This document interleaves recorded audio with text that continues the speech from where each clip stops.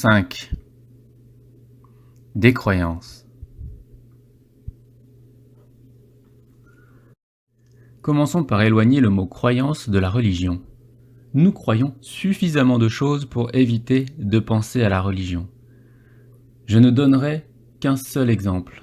Nous croyons avoir raison. Or, la vie finit régulièrement par nous prouver que nous avions tort. Nous confondons parfois ne pas croire et douter. Ces expressions sont souvent utilisées à contre-emploi.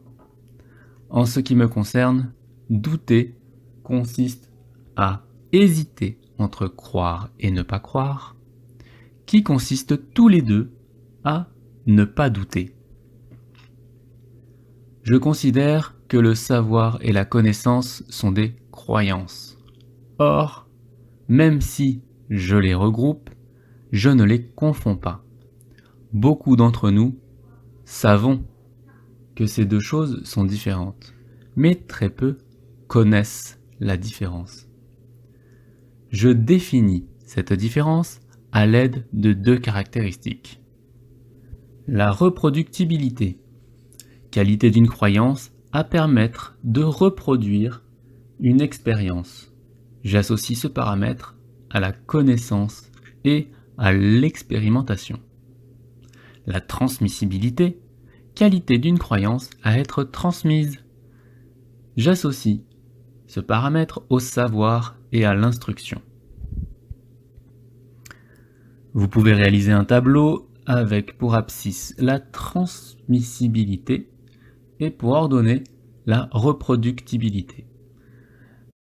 Les croyances qui seront proches de l'ordonnée seront reproductibles et donc de l'ordre de la connaissance. Les croyances que vous placerez près de la transmissibilité seront liées au savoir. Sur cette représentation, on peut voir que les deux axes se croisent forcément en un point. Considérons qu'il s'agisse du point qui correspond aux croyances non transmissibles et non reproductibles, 0. Nous sommes confrontés à deux représentations de type existence-intensité. Ce type de représentation étant partiel, il est intéressant de chercher ce qui permettrait de le compléter. Nous pouvons donc considérer ces trois limites. Plus signifie reproduction conforme ou transmission conforme.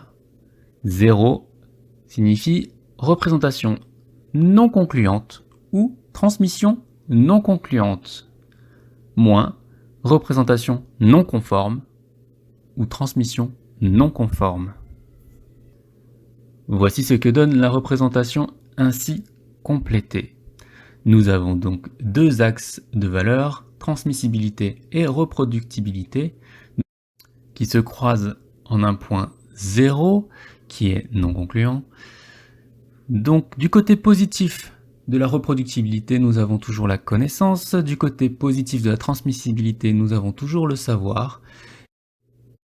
La partie entre la reproductibilité positive et la transmissibilité positive correspond à ce qui se reproduit et se transmet. Ce qu'il y a du côté de la reproductibilité positive, mais la transmissibilité négative est ce qui se reproduit, mais ne se transmet pas. C'est de l'ordre de la foi. Ce que l'on retrouve du côté de la transmissibilité positive et de la reproductibilité négative est ce qui ne se reproduit pas, mais se transmet. Ce sont les dogmes. Ce que l'on retrouve dans la reproductibilité négative et transmissibilité négative est ce qui ne se reproduit pas et ne se transmet pas. Ce sont des spéculations. Je vous laisse seul juge de la position où vous situerez cette croyance. Une croyance peut devenir une certitude. Plus nous la reproduisons, plus elle se transmet, plus nous aurons tendance à en être certains. Une certitude est donc plutôt une croyance dont nous pouvons facilement identifier si elle est transmissible et ou reproductible. Les croyances non concluantes ne sont généralement pas concernées. Les certitudes seront placées à l'extérieur du graphique précédent. A l'inverse, celles qui se trouvent à l'intérieur sont des incertitudes. Il est plus difficile de déterminer si ces croyances sont transmissibles ou reproductibles. L'ensemble des croyances constitue l'imaginaire. Je le considère individuel, même s'il tend à être partagé. Il se compose de deux parties. Une partie irrationnelle, constituée des croyances qui ne sont pas associées à la réalité. Une partie rationnelle, constituée des croyances associées à la réalité. L'expérimentateur ne doit pas confondre ce qui est rationnel pour son imaginaire et ce qui l'est pour les autres. Là encore, des oppositions existent. On peut être surpris par le fait que je ne prenne pas en considération la distance d'une croyance avec la vérité, la véracité. En effet, je ne considère pas une croyance reproductible comme plus vraie, et la transmission n'est évidemment pas un critère pertinent.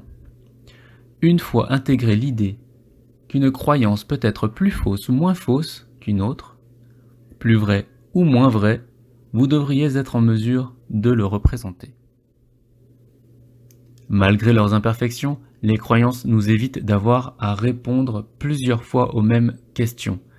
Elles servent de support pour calculer les valeurs estimées et évaluer pour nous permettre de choisir au mieux nos comportements.